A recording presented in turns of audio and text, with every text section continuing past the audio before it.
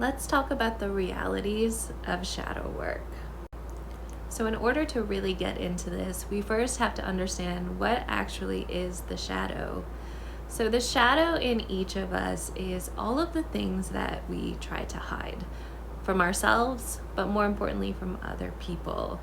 That may be where our anger, our fear, our rage, our shame, our guilt, bad things that have happened to us, traumatic instances, that's where all of this sits. And we tend to hide it away somewhere inside of us so other people don't see it, and often so we can kind of ignore it's there as well. So, what is shadow work? Shadow work is the process of bringing that into awareness. Because when we're not aware of what's going on within us, we are more easily triggered and we are more likely to project our own shadow and our own shadow experiences onto other people in situations.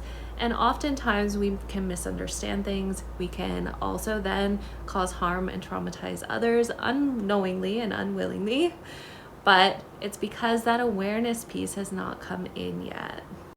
And here's the kicker. Shadow work doesn't take place up here in the way that you think. Most people I know who have been doing their healing journey can tell you every single little thing about their healing journey. They can tell you all their patterns, where they come from. They have analyzed and processed it mentally to like death at this point. The problem is they've only done one step. Okay? Awareness is the first step. It's just the first step. Shadow work isn't just about understanding these pieces of yourself. You actually have to delve into them. You have to understand and feel how they're impacting. And when I say feel, that's incorporating the body, incorporating how you hold different things in your body. Where are you holding that shame? Where is that anger? How is it impacting your function? What is it doing to restrict you? Because often that's the case. How is it showing up in your physicality? But also feel it in your emotions. We have to learn to feel emotions without analyzing them, without having to go, well, why am I upset? This and that. Sometimes we just actually need to be upset. What we need to learn is how to do this in a manner that is actually a healthy outlet rather than an unhealthy expression that could cause harm to ourselves or to others.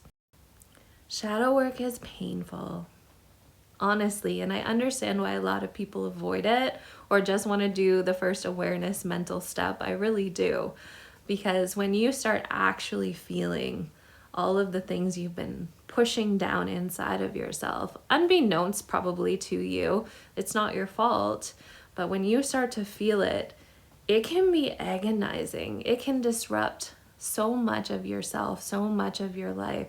It's almost as if you relive some of the experiences that you've been through. And for some people who've been through very extreme circumstance, that's terrifying. They don't want to go back and hash that out, okay? And that in of itself is a trauma response, because of course you don't. That's 100% understandable why you wouldn't want to go back and face some of the most traumatic situations you've been through. That is part of the work we do here at the Ninth Sphere, is we help people heal on every single level. And I've spent 2 decades in education, in practice, learning and also practically applying all of the techniques that we use here to help you with releasing your trauma and going through your shadow work mentally, physically, emotionally, and spiritually and energetically. Healing is a whole system process. And yes, we can focus on one layer at a time if that's what's best for you. However, if we don't do all of the layers, we're not going to have the full integration of healing.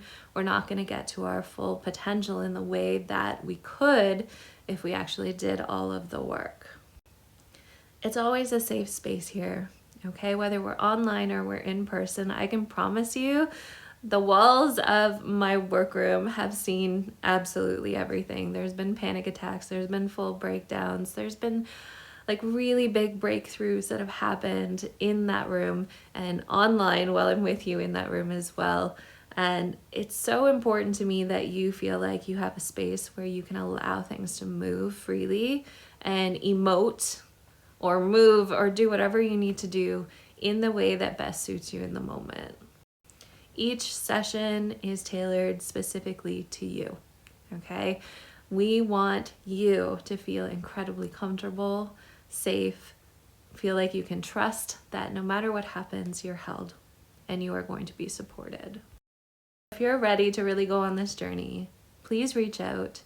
Let us hold space for you. Let us walk you through this and hold your hand through it, maybe even hold you if you need it, while you move through some of the things that are sitting there still. We see where they're holding in your body. We help release also your body, not just the emotions. It's all attached. And as we do that, this really amazing thing happens where we actually change how our DNA expresses. It's not that we change our DNA structure, but we can turn up or down parts of our DNA expression as we heal and as we shift things.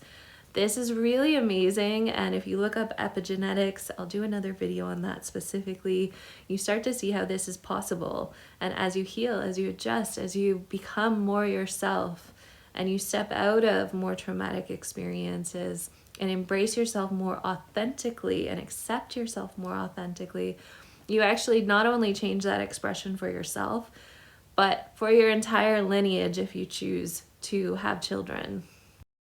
So come do the big work and figure out what it feels like to be who you are meant to be without all of that weighing you down.